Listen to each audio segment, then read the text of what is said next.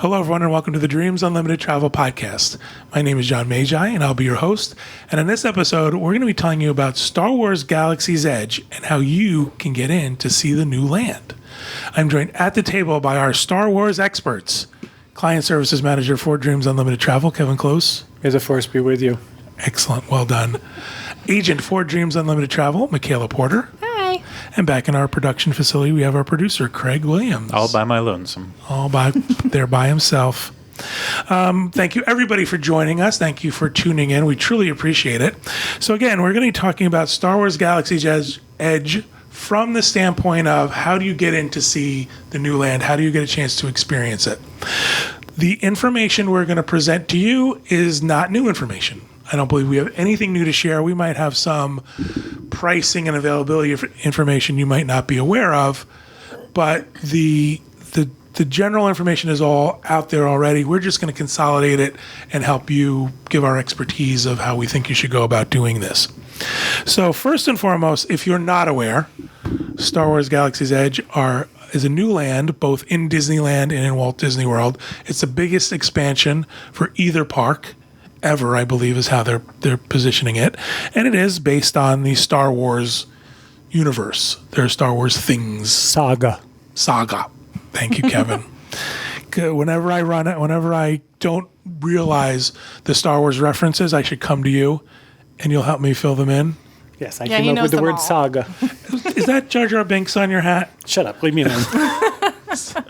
That Jar Jar Binks' bones. So again, we're going to tell you about this brand new land and how you can get into it. So first and foremost, when are they open, Michaela? When does it start in Disneyland? When does it start in Walt Disney World? So Disneyland opens May 31st, just a couple weeks. And then Disney World opens August 29th, a couple months later. Excellent. And obviously it's going to be very popular. Yep. Everyone is talking about it. It's all the buzz. It is. It's all people want to do is get in to see this land. That's it.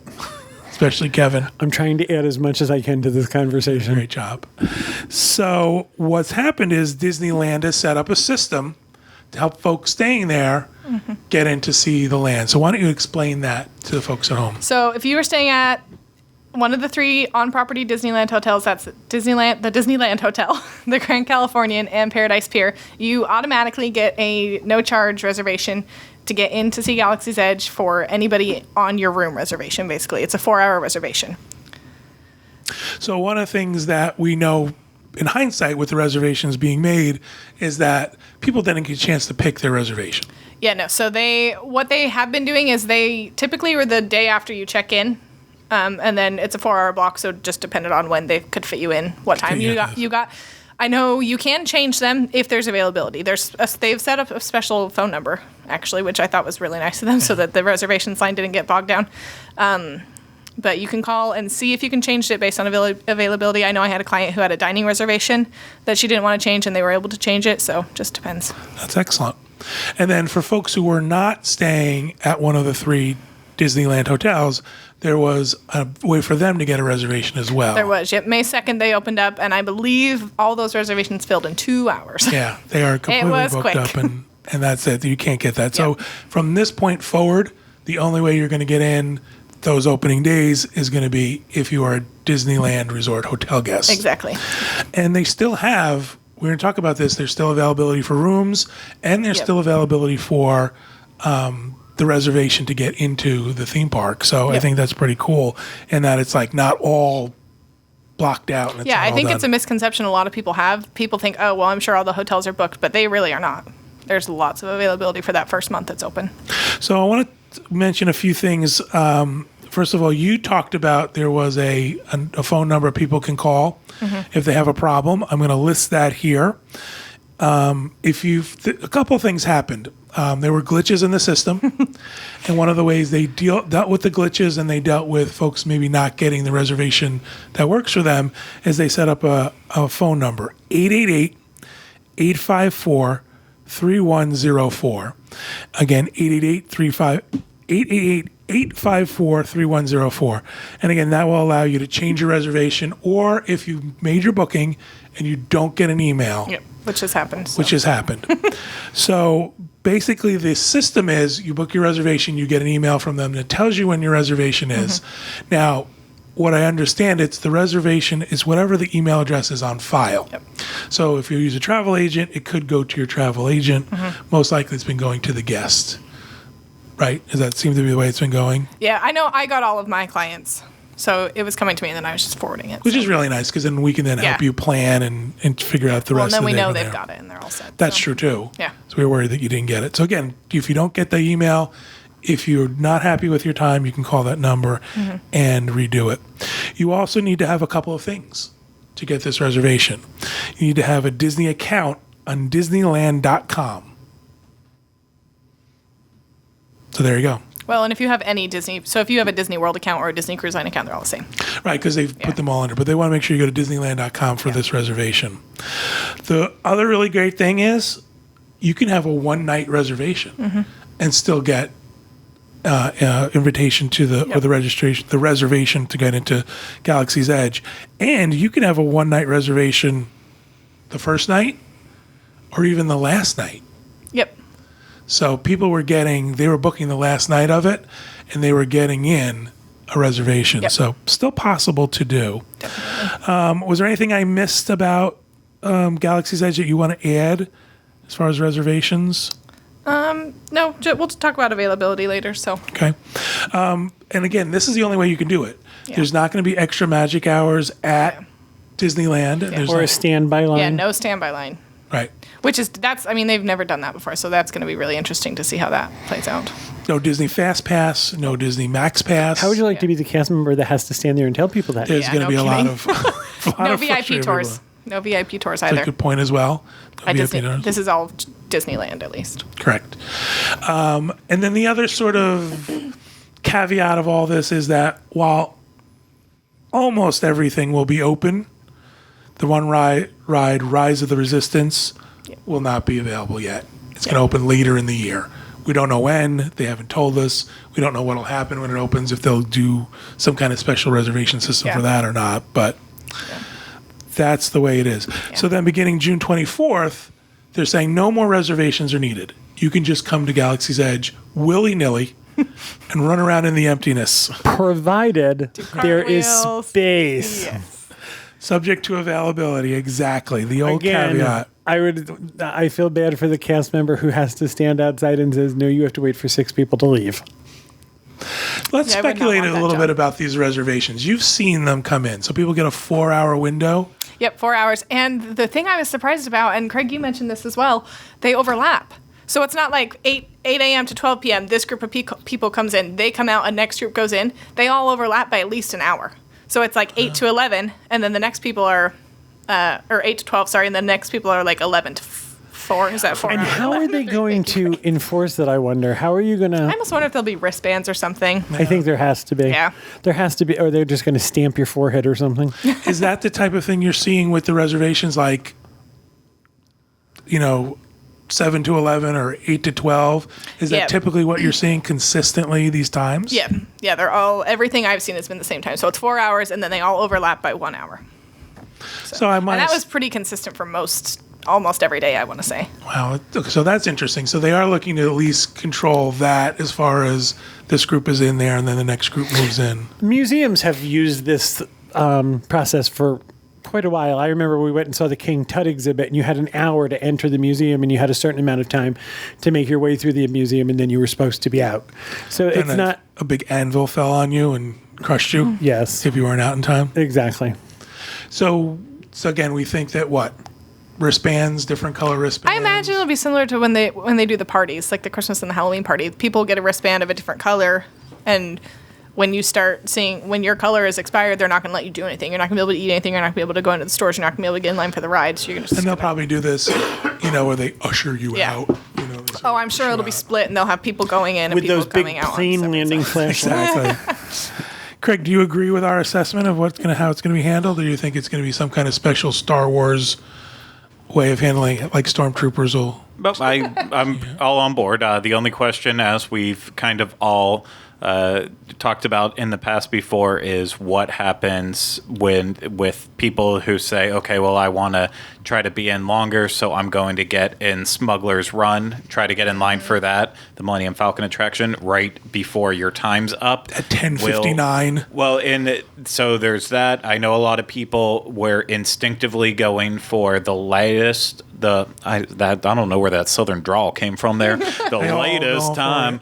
They wanted to get in from that 8 p.m. to midnight round because they figured, like a normal Disney attraction, when it says it's done at midnight, that means you can get in line up until 11:59, and at that point, then it's cut off. So they're using that as the method, saying, okay, well, we're going to get even longer in Galaxy's Edge because we're going to wait till the last second to get in line for the attraction. So there's still a lot of questions in regards to details like that. But First of all, we're assuming the attraction will be running. Not be down. Well, Goes down.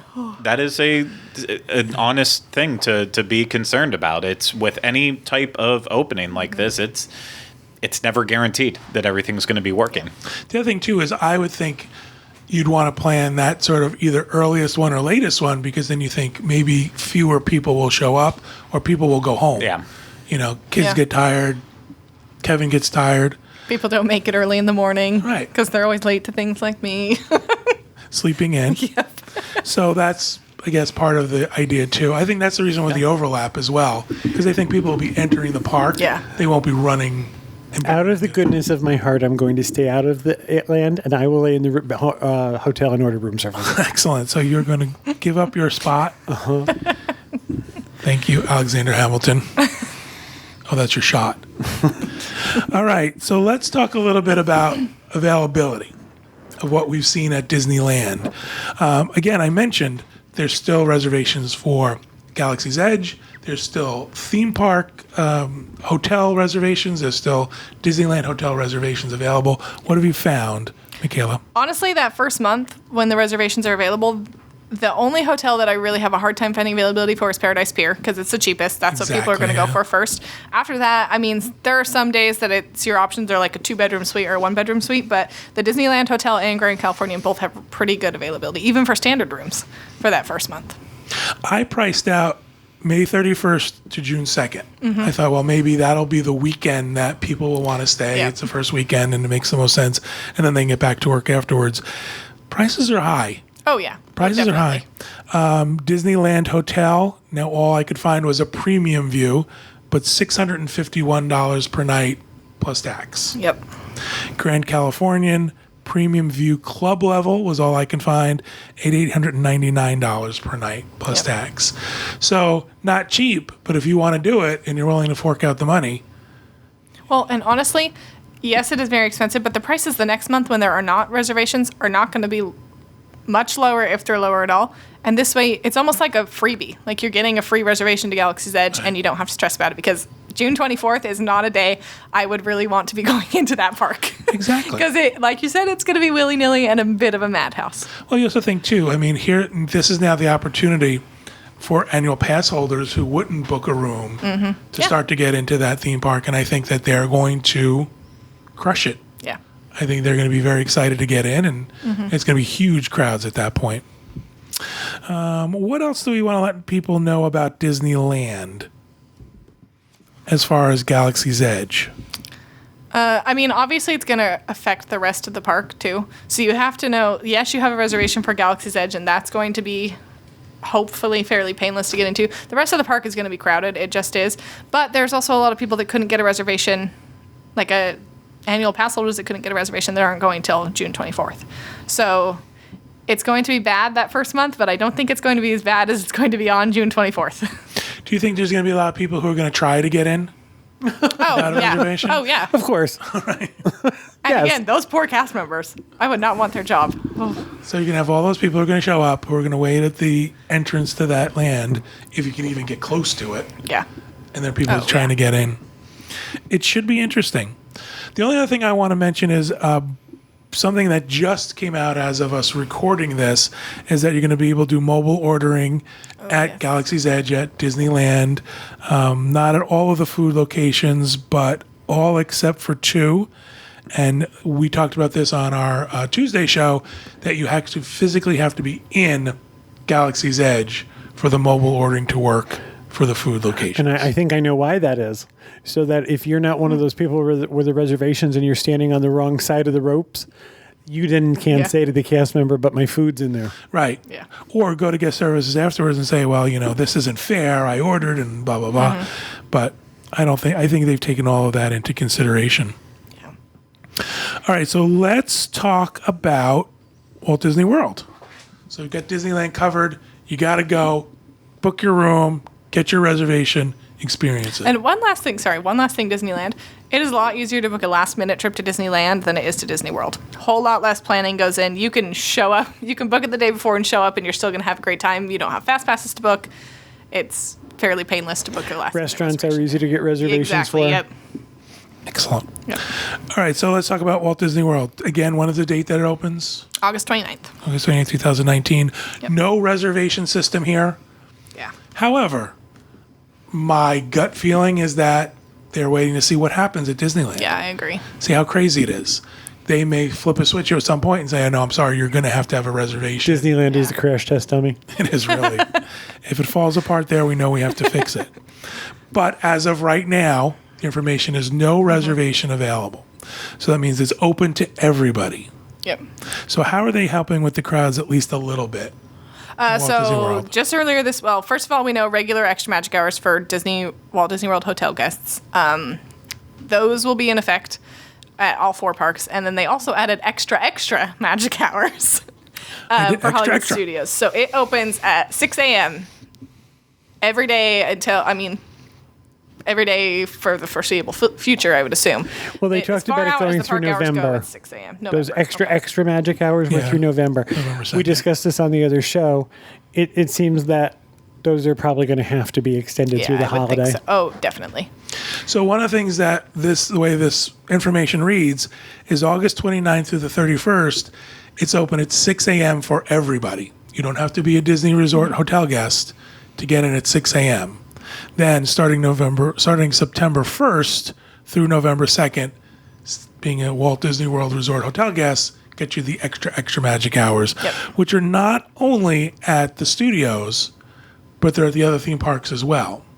Yeah, they don't open at 6 a.m., but they do have added hours as well. Right. So for Disney Hollywood Studios for September 1st through November 2nd, 6 a.m. to 9 a.m. is the extra magic hours. Yep. For those same dates, Disney's Animal Kingdom will be 7 a.m. to 8 a.m. for extra.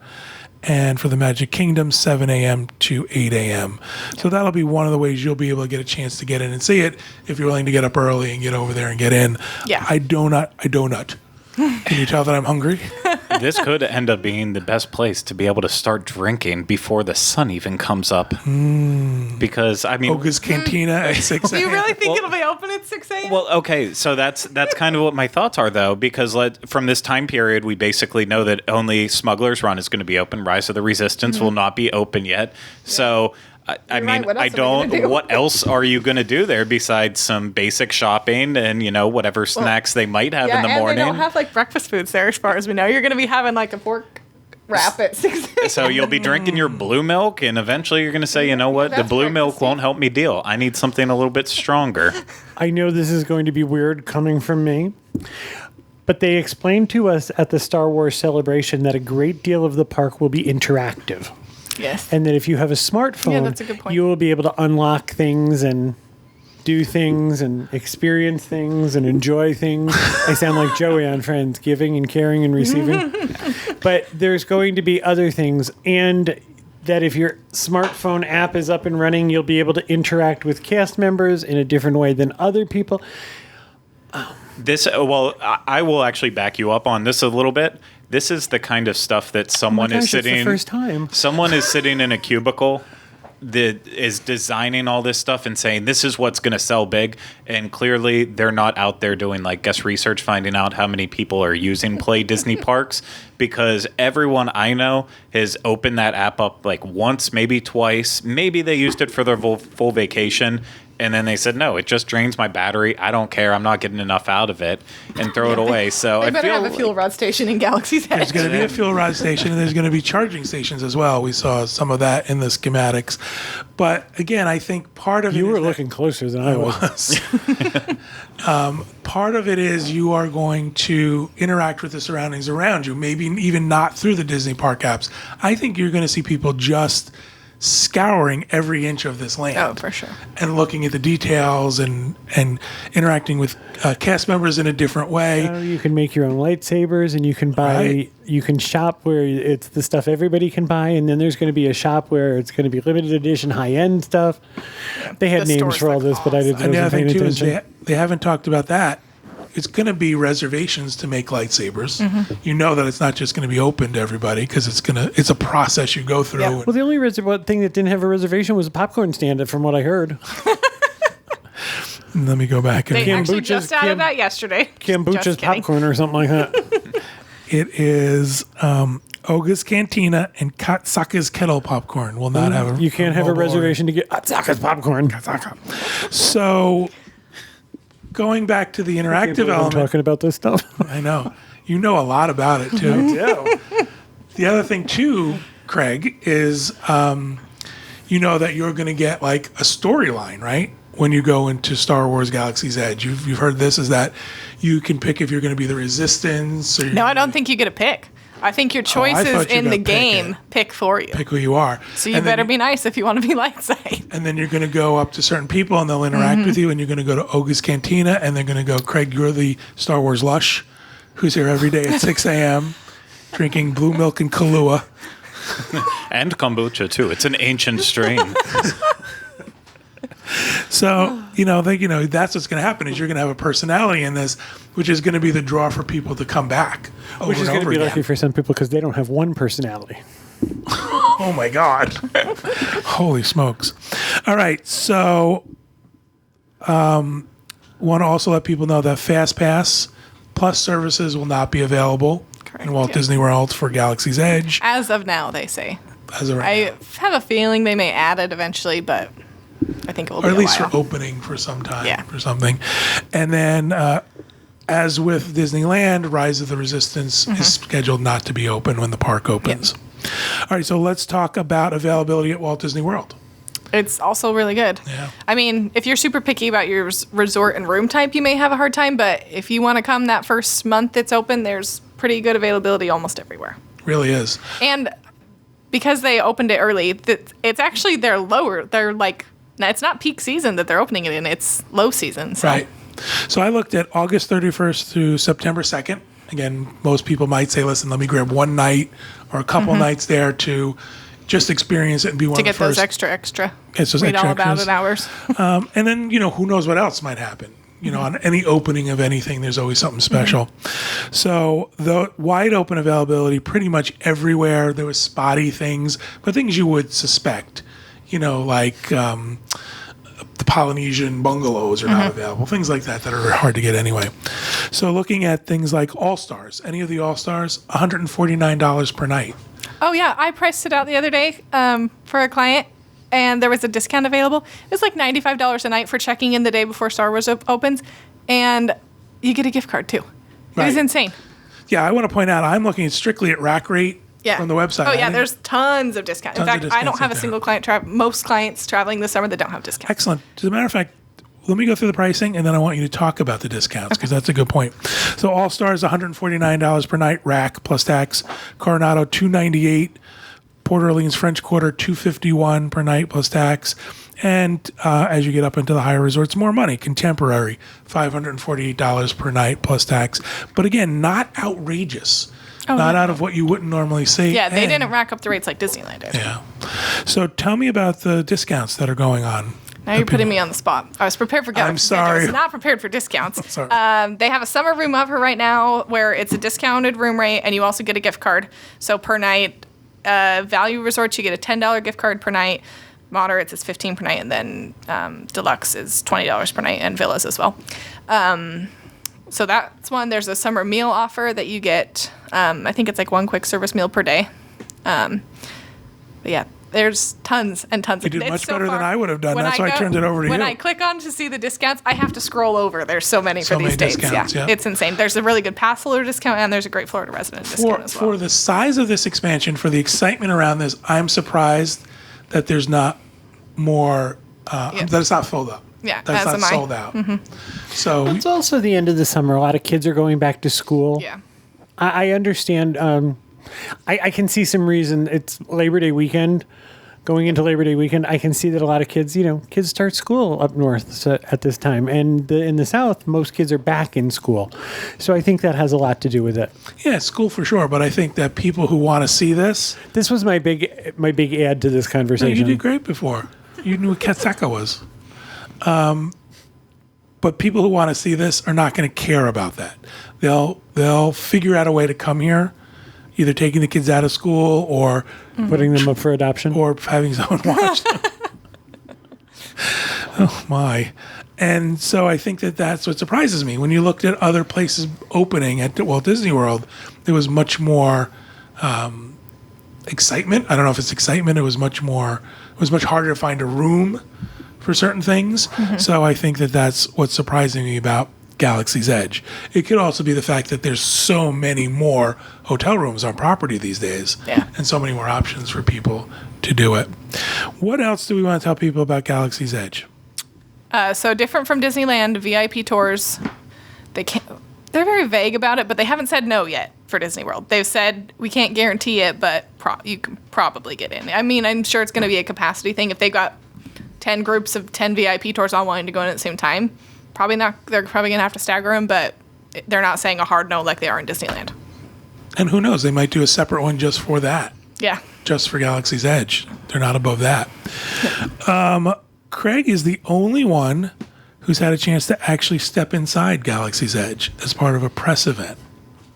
The only one in this room. There was more than Oh, the only one in this room. Yeah. Well, does anyone else count outside of this room?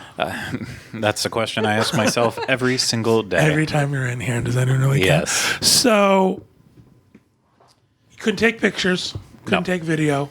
Can you talk about your experience, or have you been sworn to secrecy? It's like Fight Club. It was not like Fight Club. I am allowed to speak about it, Okay. my entire experience. So essentially, we were only supposed to have 5 minutes in there, and it was just about, I would say, 40 yards into it from the Walt Disney World entrance that, sorry. I said that all sloppily. I was trying to get to where I was going for there. Obviously, we visited it in Walt Disney World, not in Disneyland. At Disneyland, there's going to be technically 3 entrances in or out. Operations will decide how that works when it comes. But at Walt Disney World, we only have 2. One is in that section right between Muppet Vision 3D and Baseline Tap House and Grand Avenue.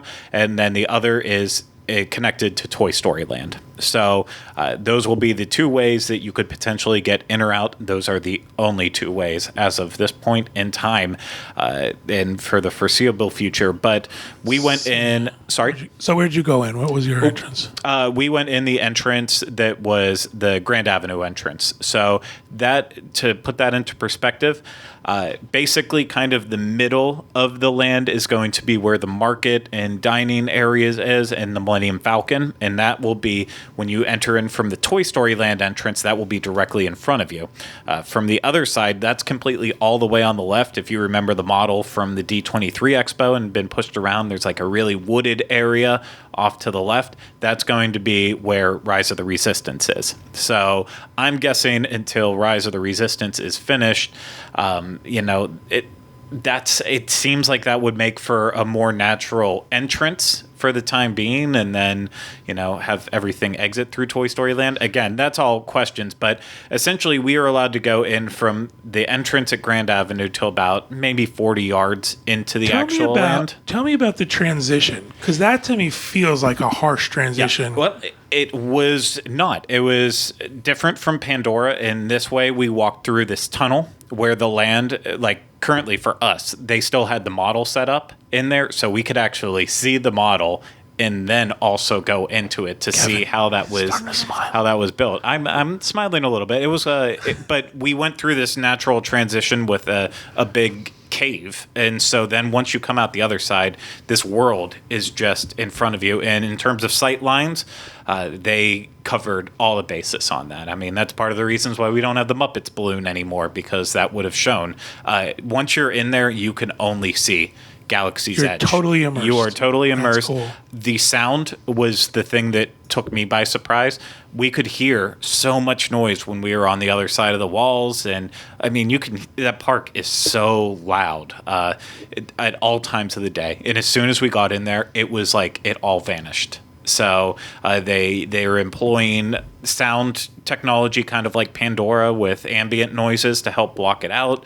But it's one of those Imagineering tricks that I don't know how they soundproof everything to make it so amazing. Quiet. But it's really like we were in there and it was just like sounds of construction far off.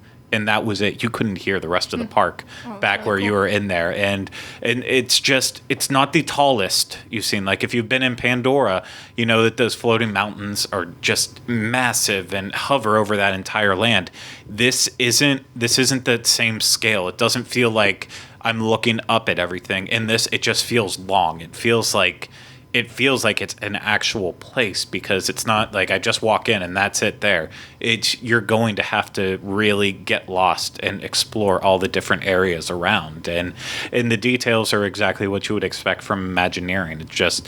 Everything looks like it could be movie ready. And they could go in and film something in there right away.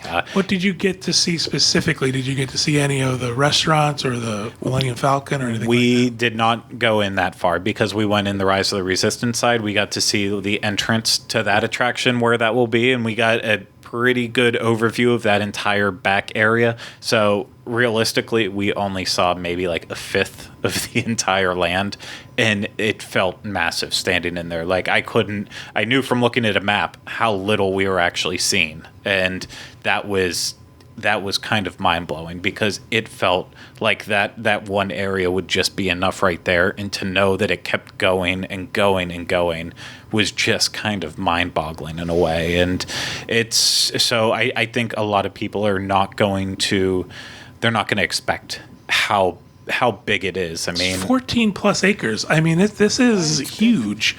And the fact that they've made it sort of, because it's a village, you have to have places where people are going to live and work. And so it's totally explorable and not like a big open space. I think it sounds incredible. Yeah, it's unlike, I even say that it's unlike anything Disney has done before. Again, Pandora is an amazing addition to Animal Kingdom, but that they took a world that was created in CGI and just imagery like that. It wasn't a real place. And I'm not saying Star Wars stuff is real, but the movies have, until you get to the prequels, they had a basis in wanting to use real locations and actual practical effects. And so this land feels like it could be right in the movies, and it has a sense of realism to it. I don't get that from Pandora, because that was, when I watched that on the big screen, it was a CGI world. So they did a really good job at making a real life location out of a CGI world. It feels like it's finally a real place that was in the movies that now I can go to. But not only that, it's more like, this is a real place where people could exist. Yes, thank you. It's not sort of this fanciful, you can't live in Fantasyland, but this is a place where you might envision a civilization taking place. What was the one thing besides the noise and the expanse of it that struck you? Did you get just anything where you looked at it and you went, wow, I can't wait to see more of that, or that's going to be... For me, I want to get closer. It was kind of like looking at the rock work and stuff. I know that is such a nerdy answer into there, but this stuff is all hand created. It's hand sculpted. They're putting the work into it, and knowing the realism that they're trying to put into the land, it's going to extend beyond the rock work. It's going to extend into every building that's up there. It's going to be, we joked about this in the beginning of talking about it, where we said, well, what are people going to do for 4 hours? There's only one ride. Well, once you've spent 2.5 hours in line, I think there's going to be a great deal of people just exploring and absorbing the land and enjoying it. Yeah. Did you see where the new Coca-Cola bottles will go? I did not, and you know what? I'll be fine if I don't find them in there for a while. That was the biggest cheer of that presentation. They went absolutely nuts when they talked about those Coca-Cola bottles, remember? I do. I mean, they did give people a free shirt. That's true. We did get free shirts. That'll get a big cheer from anyone. And the only thing I will say that we can do the sort of, it certainly doesn't trump Craig's experience and certainly doesn't match it, but we got to sit in the ride vehicle for Rise of the Resistance. We did. That's really cool. We saw that the small, tiny model at D23 Expo in 2017, and it was one of the. It was sitting right in front of the main model, and so everyone's like just bypassing it, going to the big show, and I'm like, but that's clearly that's going to be one of the ride vehicles. We didn't know what the rides were at the time, but we knew it. So then to see it, like pictures of you guys sitting in it, and now that it's at this full form, like that's awesome. But and what I really like too is, again, I think it's a ride I can ride. I fit in the seat. My legs fit between me and the seat in front of me. Yep. It wasn't like so many rides today that I give up on because it's just so uncomfortable. So that's really exciting too. I'm looking forward to that ride very much. Yeah, it's similar to like Dinosaur, I would say. Like it's just open seats like that in a big. Or the Great Movie Ride or something like that. Yeah. Excellent. All right, so we're really excited about it. Almost all of us. We hope you're excited about it. We hope you are able to take advantage of the reservation at Disneyland, or at least get to Walt Disney World when it first opens. If you're interested in a reservation, please contact your agent. Your agent will certainly be able to help you, or at least get you in charge or get you in front of someone who can help you make a reservation for either Disneyland or Walt Disney World for the opening of Galaxy's Edge. If you don't have an agent, please contact Michaela. Michaela, spell your email address for us. It's MAKAYLA at dreamsunlimitedtravel.com.